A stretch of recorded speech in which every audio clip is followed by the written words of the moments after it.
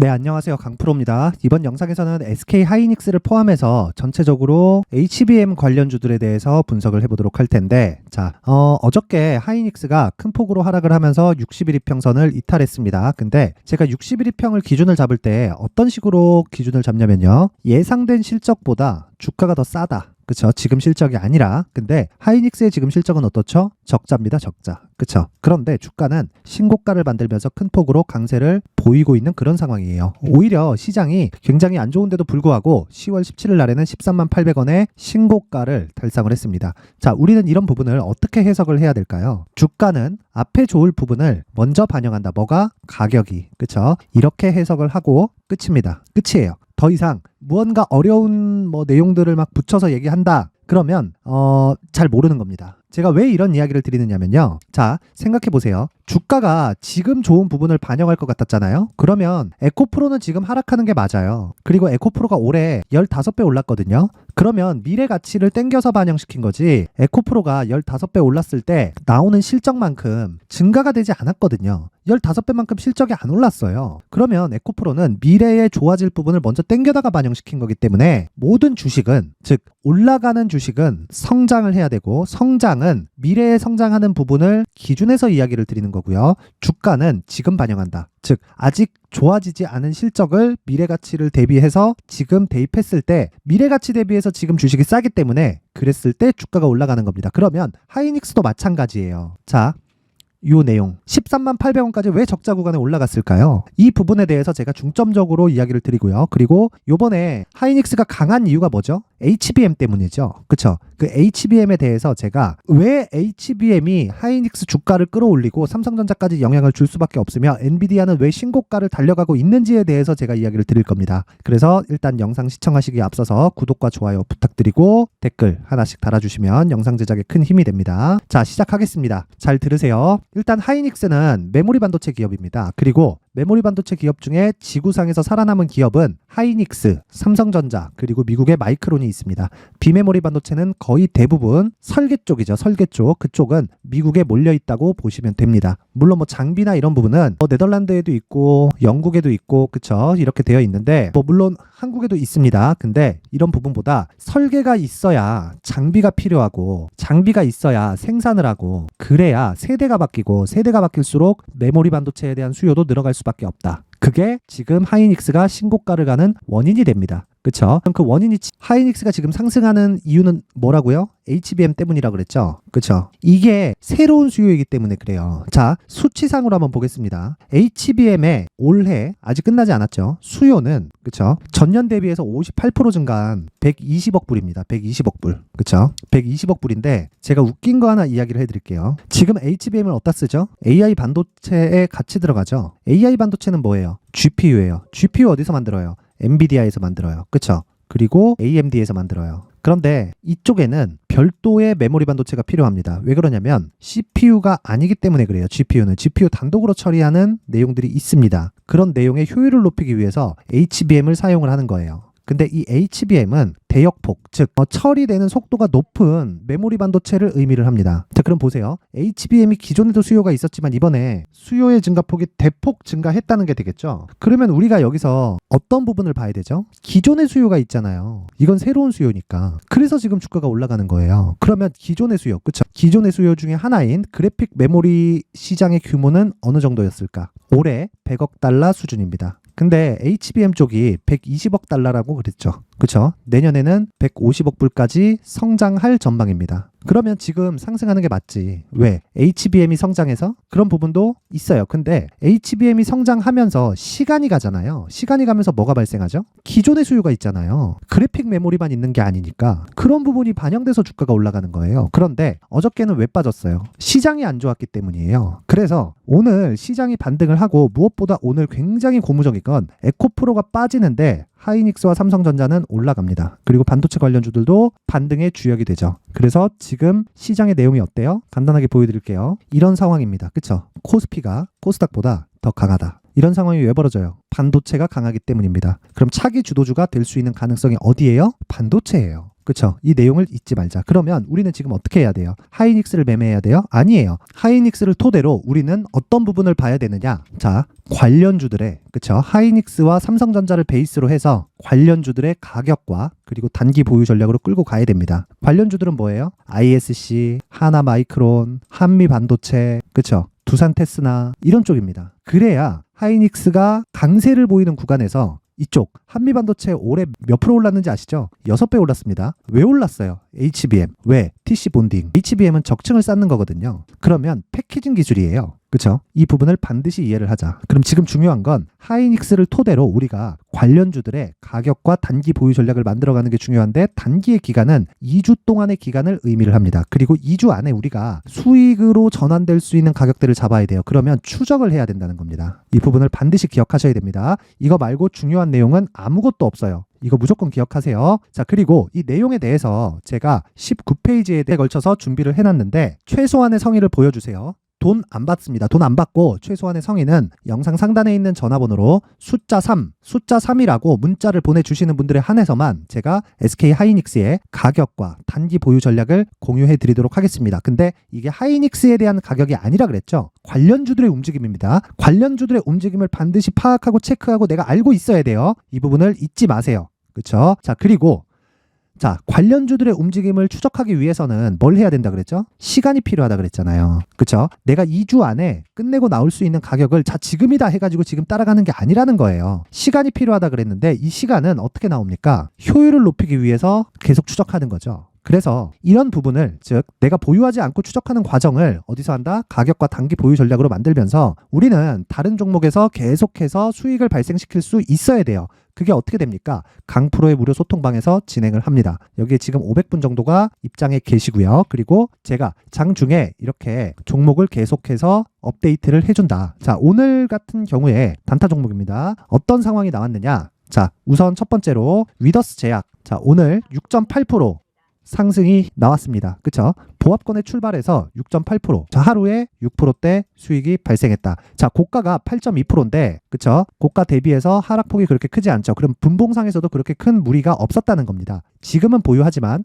종가에 매도가 나갑니다. 왜? 상한가를 가지 않았기 때문이에요. 그리고 밑에 JNTC나 S&T 다이내믹도 비슷한 정도의 움직임을 만들어냈습니다. 오늘 같은 경우에는 상한가를 간 종목이 없습니다. 그러면 어제 같은 경우에는 어떻게 됐느냐? 자, 내용 확인합니다. 10월 31일 언제 나갔나요? 아시아나 IDT 오전 8시 49분. 그쵸? 8시 49분에 아시아나 IDT가 나갔는데 어저께 상한가 마감이 됐습니다. 자, 하루에 20% 이상의 수익이 발생했다. 그런데 상한가를 가면 뭐라 그랬죠? 보유라 그랬죠? 보유. 그런데 이 보유하는 과정에서 어떤 일이 발생했습니까? 오늘 갭이 발생했다. 왜? 상한가를 갔으니까 갭이 발생하는 거예요. 그걸 믿고 보유를 하는 거예요. 이건 99%의 확률로 아침에 갭이 발생한다. 1% 정도의 갭이 발생하지 않는 리스크를 감수를 해도, 만약에 갭이 발생하지 않고 하락 갭이 발생했다. 이랬을 때도 나는 수익이다. 그러면 1%의 갭이 발생하지 않는 가능성에 내가 이 리스크를 감당을 하고 어떻게 해야 돼요? 보유해도 되죠. 그쵸? 그래가지고 제가 여기 장 시작 전에 어떻게 했다? 아시아나 IDT 시가 매도 주문이 나갔다는 겁니다. 이런 내용에 대한 기준이 되는 것보다 신고가에 대한 이해가 됐을 때 가능하다. 자, 오늘 같은 경우에 내용 한번 확인하면서 제가 신고가를 어떻게 해결을 하는지 보여드리겠습니다.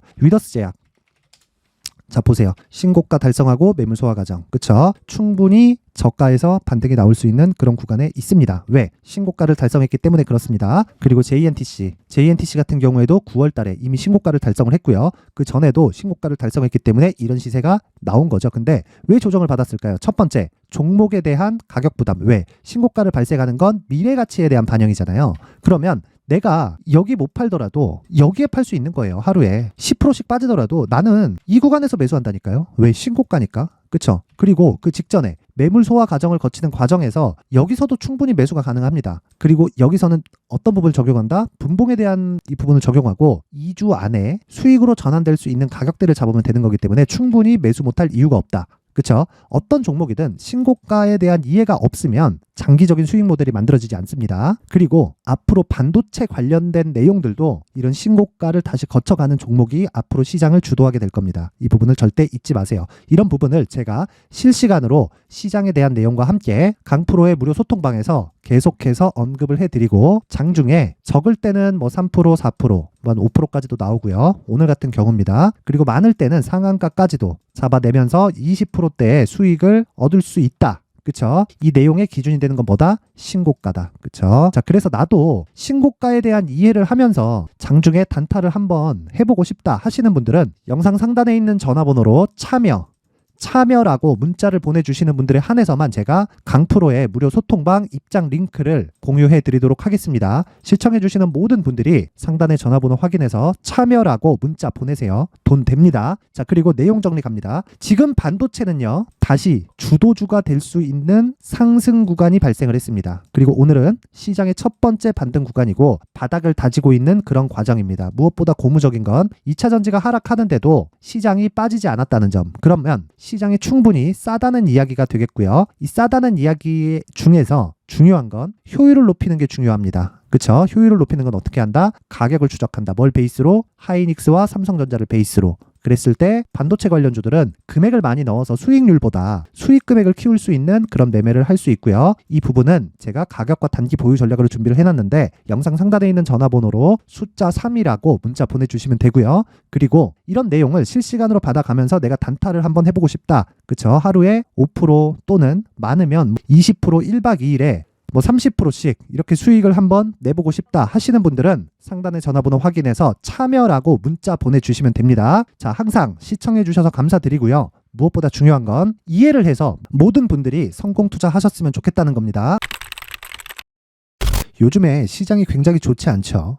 그렇다 보니까 굉장히 스트레스를 받으시는 분들이 많으실 것 같습니다. 자, 그래서 제가 항상 강조를 드리는 신고가 이후에 매매하는 방법에 대해서 이야기를 드리겠습니다. 자, 항상 제가 이야기를 드려요. 신고가 이후에 시세가 발생한다고 말이죠. 그런데 한 가지 기준을 세워야 됩니다. 그건 신고가라고 말씀드렸지만 모든 신고가 종목이 올라가는 것은 아닙니다. 신고가를 거치는 과정에서 매물을 소화하는 과정이 있어야 된다는 거고 그 매물 소화하는 과정에서 최소한의 가격대에 대한 이해를 해야 내가 신고가 종목에서 최대의 수익을 뽑아낼 수 있고요. 그리고 마지막에 발생하는 매도를 잘할 수가 있습니다. 그 기준에 대해서 더 이야기를 드릴 건데, 자, 만약에 내가 신고가 종목을 공략을 해서 수익을 보고 있다. 그쵸? 그리고서 내가 앞으로도 신고가 종목만을 공략해서 수익을 계속 실현할 수 있다 하시는 분들은 지금이라도 영상을 끄고 나가셔도 좋습니다. 제가 이렇게까지 이야기를 드리는 이유는 어떤 종목이든 신고가 이후에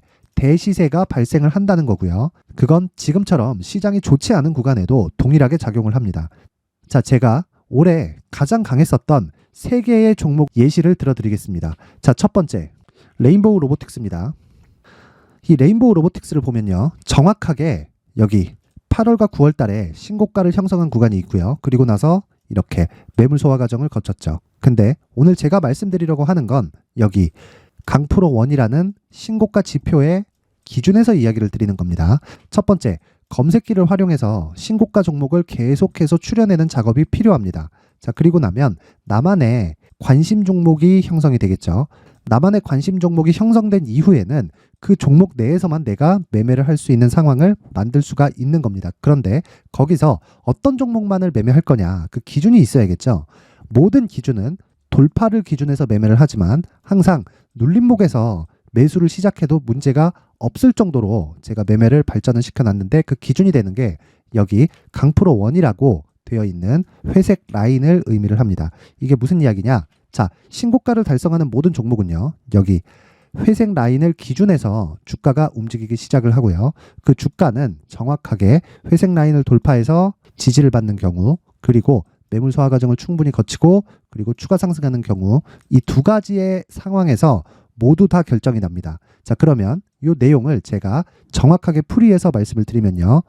두 가지의 조건을 두고 이야기를 드리겠습니다. 자, 첫 번째, 일봉에서의 상황이 발생할 수 있고요. 그리고 두 번째, 주가가 너무 강하게 올라서 일봉으로 적용이 안 됐을 경우에는요. 주봉의 상황으로 변경시켜서 일봉을 참고해서 매매를 진행하면 되는 겁니다. 자, 잘 보세요. 레인보우 로보틱스 같은 경우에는 돌파하는 관점이 있었죠. 근데 매물 소화 과정을 거쳤었던 그 이전에는 충분히 시세 구간이 발생했었다는 겁니다. 뭐가? 신고가가. 그쵸? 그러면 이 신고가 구간에서 추가적으로 내가 매수할 구간을 잡는 건 기준을 강프로 1이라고 잡았을 때 그쵸? 주봉으로 돌려보면 정확하게 7월과 8월 달에 돌파를 하면서 매물 소화 과정을 거치고 추가적으로 가격 돌파 구간에서 매수할 수 있다는 걸 확인할 수가 있습니다. 자, 최대한 간단하게 말을 하려다 보니까 제가 중간중간 빠지는 게 있다고 하더라도 양해 부탁드리고요.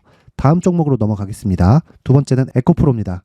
올해 주식시장을 이야기를 하면서 에코프로를 빼놓고 이야기할 수 없겠죠. 정확하게 아까 전에 말씀드렸던 강프로 원 라인을 돌파하면서 다시 신고가 형성을 거쳤고요. 그리고 나서 뭐가 있었죠? 매물 소화 과정을 거치고 정확하게 돌파하는 과정을 거치면서 8배, 그쵸? 그리고 나서 정확하게 지지를 받고 다시 150만 원까지 상승하는 이런 구간이 나오죠. 근데 이 구간은 자, 직전에 신고가 기준에 맞춰서 시세가 진행이 되는 겁니다. 이걸 주봉으로 돌려보더라도 정확하게 돌파하는 과정에서 추가적으로 시세가 나오는 걸 확인할 수가 있습니다. 그런데 이 고가 구간을 굳이 내가 먹으려고 하지 않아도 되는 겁니다.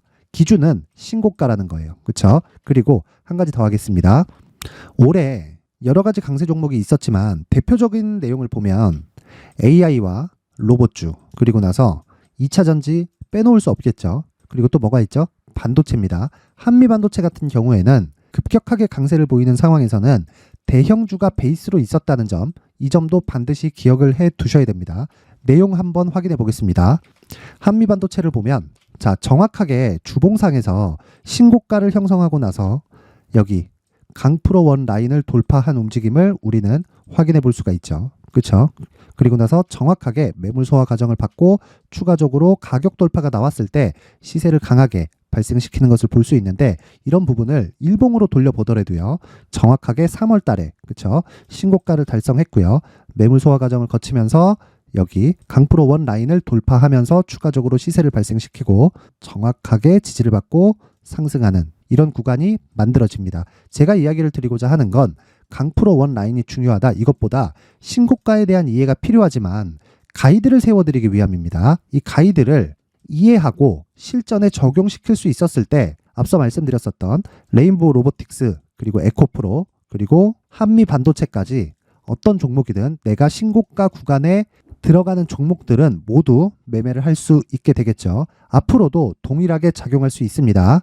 자, 지금까지 말씀드린 신고가에 대한 내용은 앞으로도 동일하게 반영이 될 수밖에 없는 구조를 갖추고 있습니다. 그게 주식시장이기 때문에 그렇습니다. 생각해 보세요. 신고가를 거치지 않고 강세를 보이는 종목은 없습니다. 에코프로도 마찬가지고요. 레인보우 로보틱스도 마찬가지입니다. 당연히 올 한 해 강세를 보였었던 어떤 종목도 신고가를 거치지 않고 강세를 보이는 종목은 없겠죠. 자, 그래서 나도 이 신고가에 대한 지표를 받아가서 앞으로 정말 크게 수익 볼 수 있는 매매를 해보고 싶다 하시는 분들이 계시다면 상단에 제 전화번호로 신고가라고 문자를 보내주시는 분들에 한해서만 제가 앞으로 계속해서 활용할 수 있는 강프로원이라는 신고가 지표와 그리고 신고가 종목을 추려낼 수 있는 검색기를 함께 공유를 해드리도록 할 테니까 요번에 이 지표를 반드시 좀 받아가서 앞으로 큰 수익을 볼 수 있는 매매를 꼭 진행해 보셨으면 좋겠습니다.